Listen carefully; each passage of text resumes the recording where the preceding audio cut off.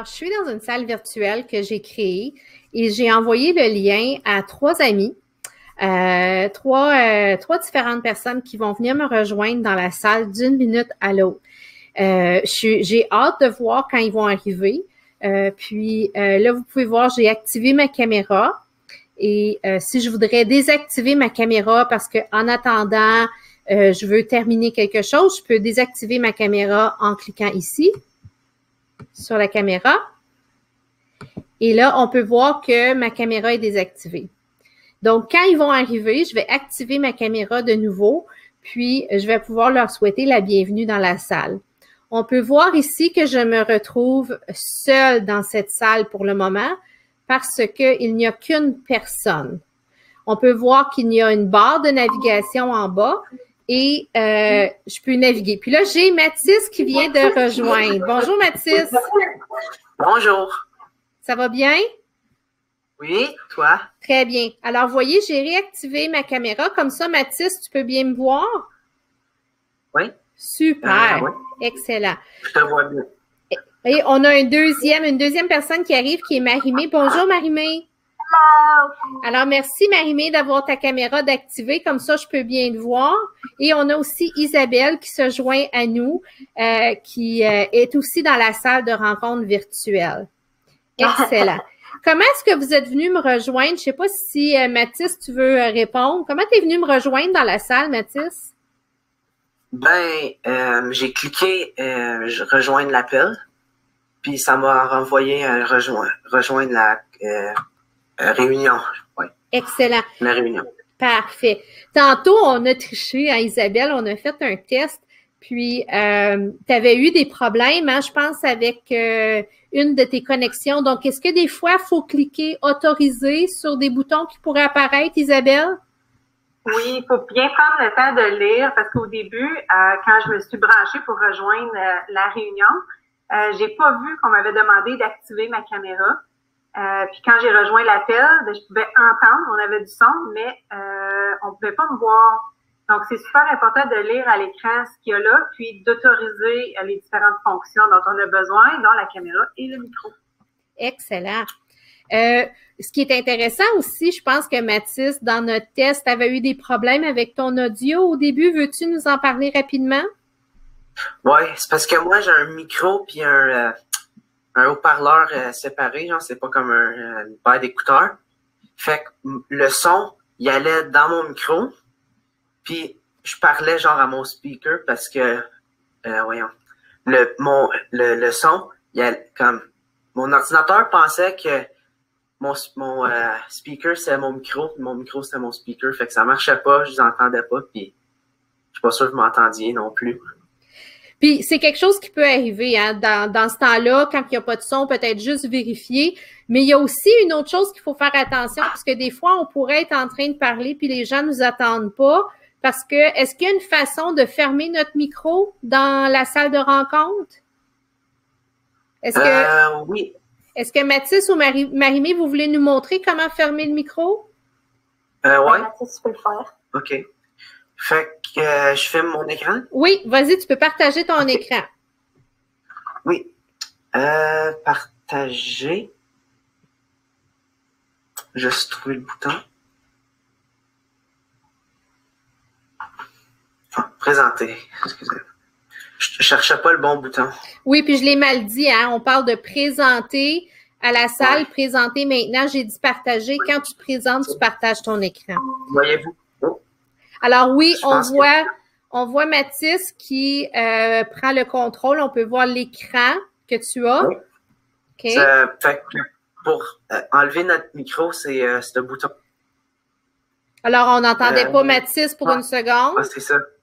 Mais le bouton qu'il y a là, c'est le micro. Puis pour enlever la caméra, c'est le bouton avec la petite caméra dessus. Mm-hmm. Puis pour quitter l'appel, c'est le petit téléphone rouge.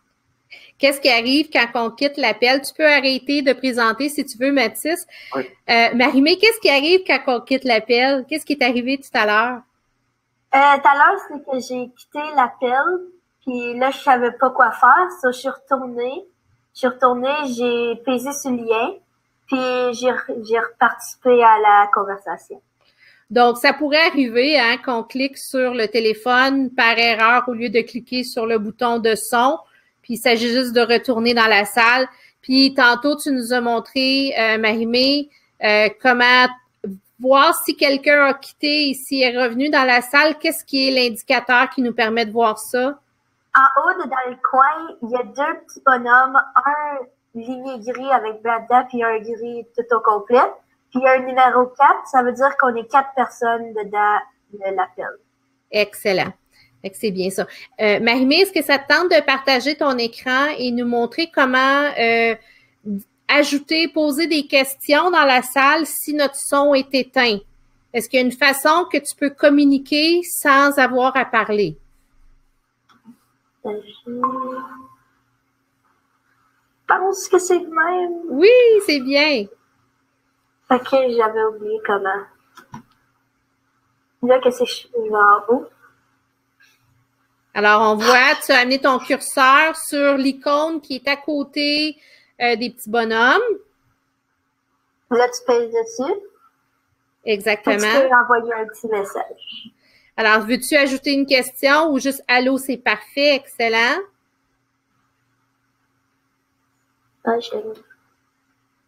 J'ai écrit mal.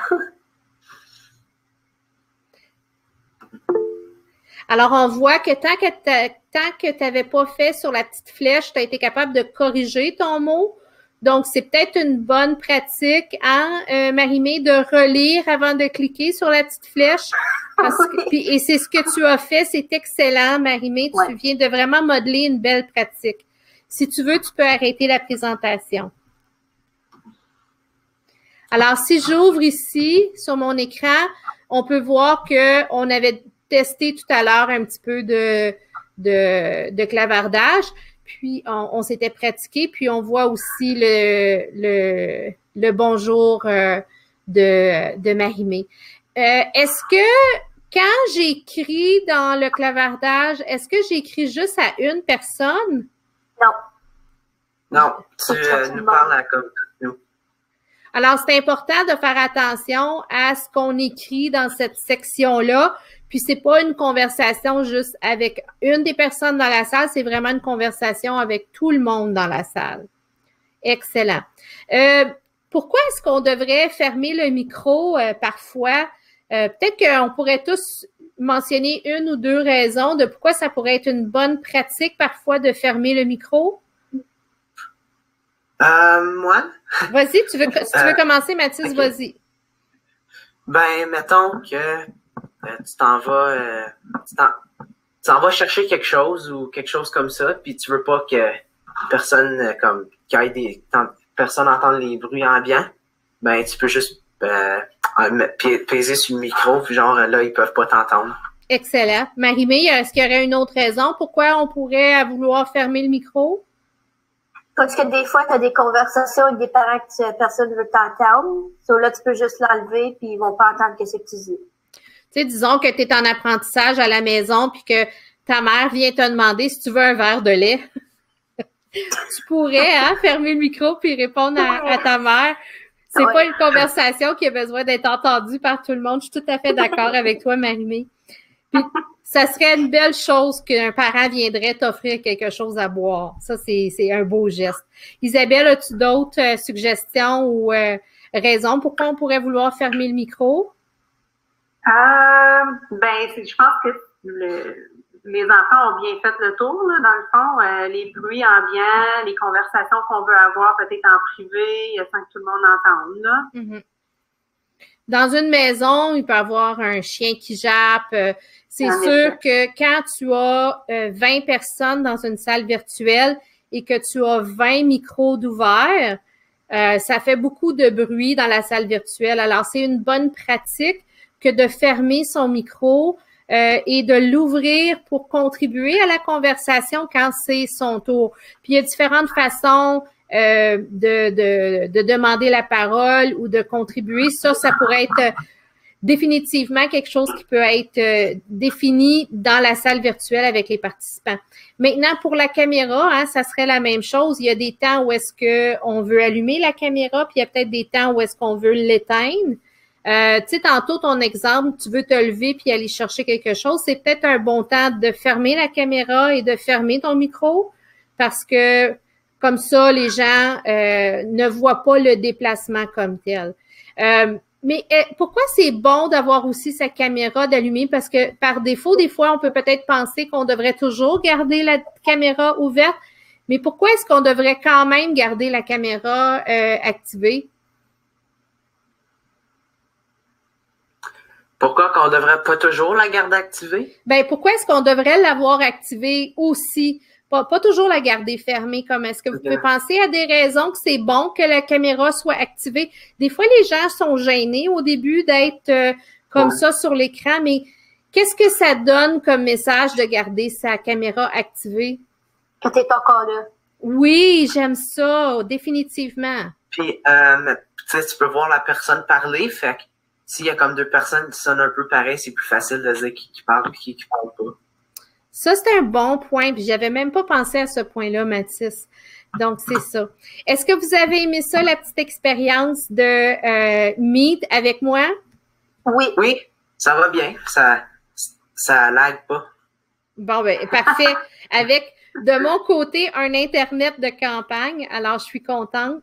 Je voudrais vous remercier. Un gros merci. Puis, j'espère que notre petite expérience virtuelle d'aujourd'hui pourra aider bien des jeunes qui aimeraient utiliser l'application Meet.